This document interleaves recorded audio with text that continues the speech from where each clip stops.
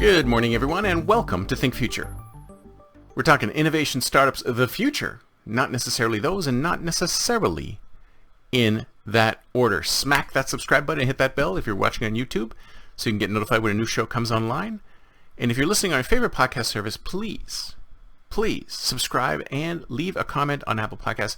I greatly appreciate it. So, I watched a movie the other day, which was very, very interesting. Very, very interesting when it comes to startups and businesses. And that movie was called An American Pickle with Seth Rogen. And you're probably saying to yourself, An American Pickle? What the hell's that?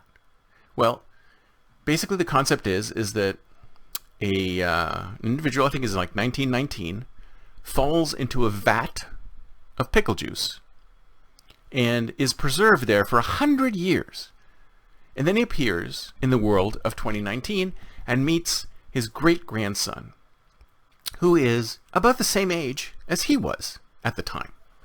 So, tell me it's not been done before. It's been done before 100 times. Look at Woody Allen's Sleeper. There's plenty of movies and shows. I think that even Gene Roddenberry did something where somebody was cryogenically preserved for a certain amount of time and then came out in the future world. So it's all this current day person living in a future world or past person living in a future world. It's been done 100 times. It's been done 100 times.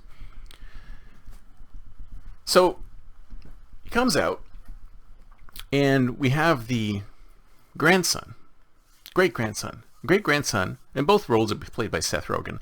The great-grandson is a very 21st century guy. Lives in New York City, or Brooklyn, I think. And he is an app developer. And he's developed an app called Bebop. And this app called Bebop, what it does is it goes and looks at companies' ethical stance. Look, how are they on sustainability? How are they on diversity? How are they on this, on this? And it comes up with a score. So if you're interested in doing business with a company, you could go to Bebop and you could look at the ethics score for Bebop. And Bebop uses all sorts of reviews and big data to figure out what the ethical score is for this company. So company X, I'm interested in working with Reebok or something like that. I'm interested in buying some shoes. So I go to Reebok, I download Bebop and I enter in Reebok and it comes up with an ethical score for Reebok. And you'd think to yourself, wow, that sounds like a pretty useful app, right? Pretty useful app. And the character is stuck on this. He's been doing this for 5 years, hasn't gotten any funding for it, but still wants to perfect it. As a startup founder, I thought to myself, this is exactly what some startup founders are like. They want the app to be perfect before they launch it. They spend tons and tons of time perfecting it before they put it out in people's hands, before anybody even knows that this product is something people need. So this is where he's at. He's the stuck entrepreneur stuck startup founder who's built this thing, and he's struggling over the best way to brand the app, because that's where he's at. He's at the branding stage. The app works. It's great to go. Ready to launch it. Hasn't launched it yet. Ready to launch it, but he still wants to put in those final tweaks. And I get the sense that he's been doing final tweaks for years, right?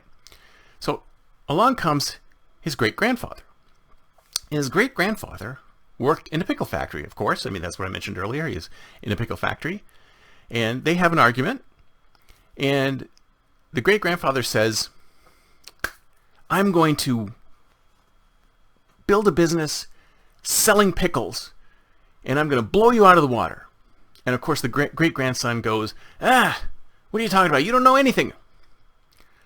So the great-grandfather goes out and creates a business selling pickles. So he uses all sorts of organic pickles, uses organic water, initially does it in a very unhealthy way, but then eventually figures out how to do a pickle business correctly. And of course, the big joke is that he does these pickles and they're not very healthy, but because they're artisanal and they're created by this guy who has a lot of character, that suddenly he takes off on Instagram, he takes off on Snapchat, he takes off on all these different channels because he's an interesting, personable guy, and people want this kind of novel thing. And what's he doing? He's selling pickles. Everybody understands the concept of selling pickles, right? It's pretty easy to understand the concept of selling pickles. It's a pickle. It's a cucumber in a jar that's been preserved, and it's been pickled. So the concept of selling pickles, the concept of buying pickles, the pickle business is very easy for people to understand.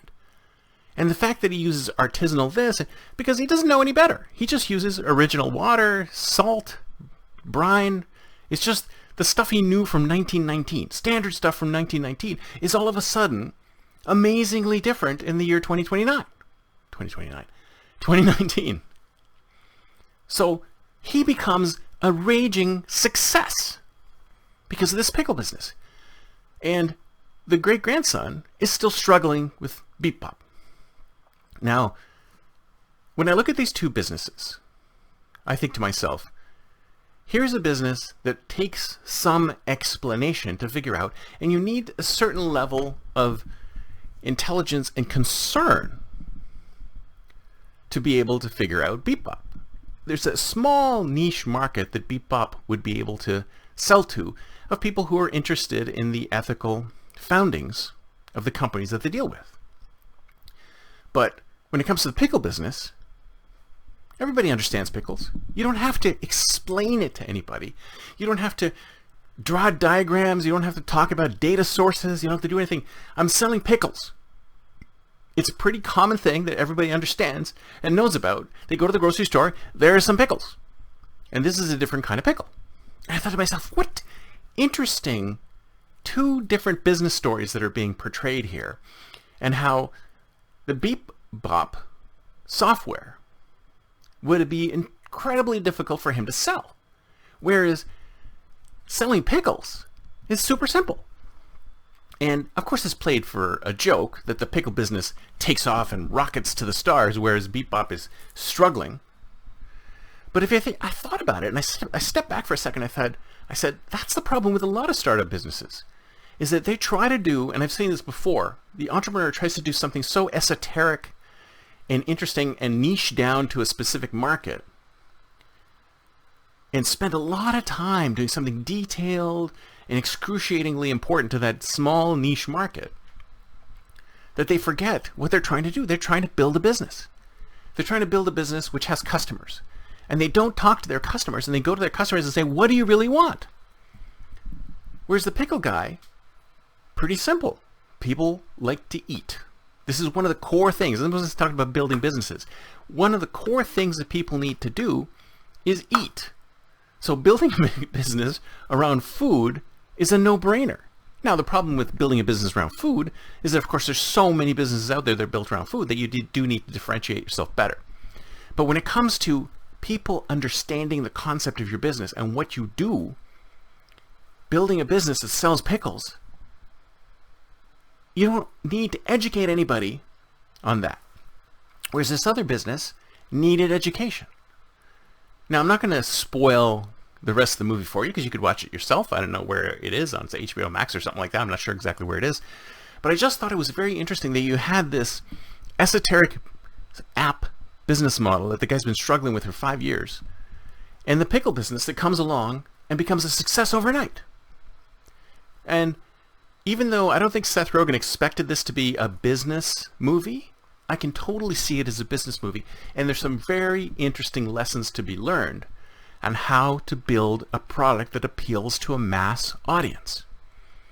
And like I said, one of the most interesting things there was you've got to build something that's so simple, so easy to explain that it needs no explanation.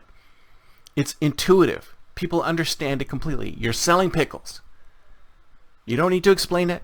You don't need to understand it. It's obvious. And I think that's kind of like the space we're in now. We're in a space now where unless your business is glaringly obvious, hit you over the head with a hammer obvious, which seems to be what a lot of stories are like nowadays. Unless these things are hit you over the head with a hammer obvious, then it's almost impossible to sell something. It's got to be so blindingly obvious that you don't even need to explain it.